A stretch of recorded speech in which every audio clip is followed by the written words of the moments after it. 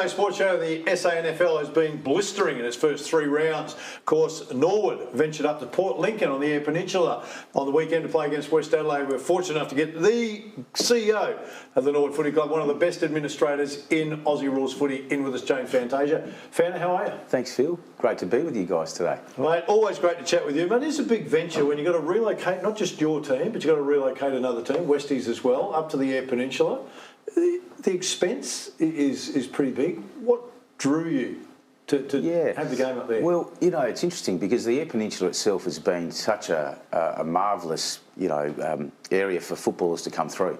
So we were given that zone 5 years ago. We thought it was really critical that we really engage the zone and not just talk about doing things, but to be able to bring a game there for home and away points was quite significant. And you're right, it was a logistics giant.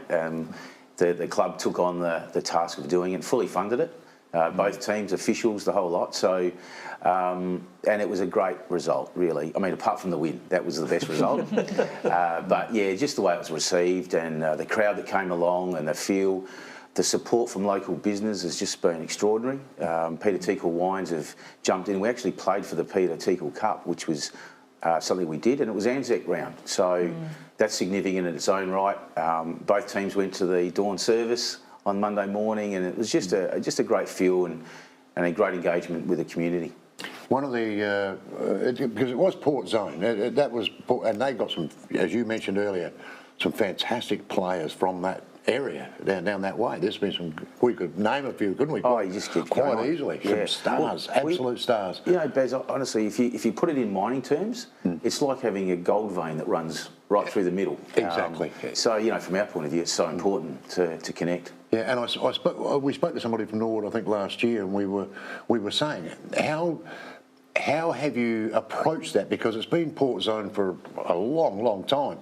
So it wasn't going to be easy to sort of jump in there and go, hey, we're here now and it's our zone. And I do know that Norwood have worked unbelievably hard in that area. So you must have been proud of what you saw on the weekend, because from what I saw, it looked like a great day. It looked like a great affair with a lot of people, and you guys did it brilliantly. Yeah, no, thanks, Baz. And you're 100% right. And as I said earlier, we didn't want to just talk about, that involvement. We really wanted to have a presence. And look, we do a lot of things right throughout the year, and but this was just a real showcase and a chance for us to celebrate footy in the region again. So from that point of view, it was terrific. But, I say to people around the place, that black and white is the new red and blue. So, that's how that works. And we're finding that what is happening is that, it's the next generation will come through. That's right. And that's really what it's about. It's a long game. But yeah, just being able to promote the footy just by getting people to participate. The curtain raiser, we had a women's game. It was outstanding. The talent there is incredible. So yeah, it's exciting. Isn't it ironic that Port and Norwood are probably the biggest enemies in the game? Not so much enemies, because there's a lot of respect there, obviously, but it's Norwood that takes over Port Zone down at Lincoln. And you would have had all those people down there who were Port Adelaide supporters and whatever, who would have Norwood. So I think you're right. It's a generation thing now, where you'll grow into the zone. No problem at all, because they are football mad people down there, aren't they? They are. And the other great thing was to actually bring that standard of footy. I think people that got along and went, oh, okay. Yeah. I can see, and it was a really good showcase. The game itself, the passages of play, the marking, the goals. So the game was on show as well. So that was important. Exactly. Yeah. And you guys did well after half time as well. We did. It was pretty tight. I don't think the scoreboard really told the way the game played out. Yeah. But the other really exciting thing from my point of view was that the 5 EP boys that were representative in the team, they all just had an outstanding game. And their families were there, and that was also pretty special as well. Yeah. Do you think being Anzac round, it brought a whole nother level to the game for the boys? Yeah, look, it's very special, Anzac round, and you line up and you do the last post, of course, and then we had a young lady, a local girl, Charlie Watt, and people need to, this name will become A bit more known, I've got no doubt. She's a very young lady, and she came out and sung the national anthem. Yeah. And I tell you what, that put the hairs on the back of your head to start with. So that was pretty special. And then the club, our club, actually struck a medal for the best Norwood team player, and it was named. It was the first time we'd actually done it, and it'll be a perpetual. And that was named after a guy called Philip de Quetterville-Robin, and Philip was the first footballer that was killed in Gallipoli. But he actually got the furthest distance as well, and his story's quite remarkable because he saved a number of people, and he went on to win a best and fairest at Norwood. He was a reserves McGarry medalist as well. So I think just they all add up, and it was very well received. Hey, Fan, I want to move away from the game just for a minute. The SANFLW has come in, and it's a expanding beast at a rapid pace.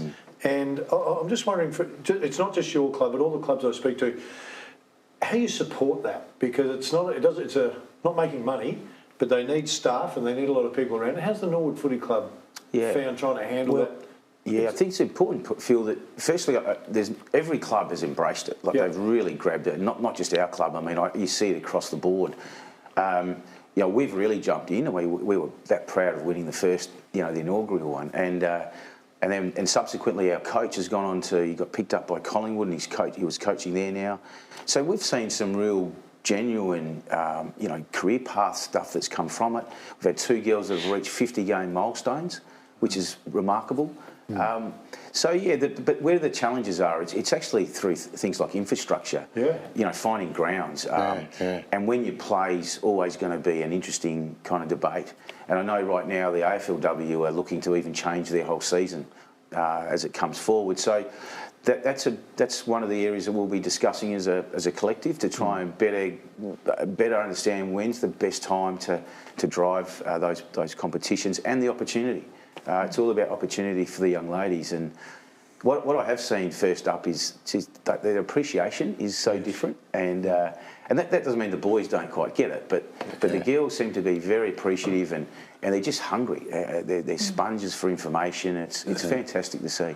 Well, has it increased your membership at the footy club? I think so. Yeah. And again, we actually do have a ladies category as well, so that we've seen some growth in that.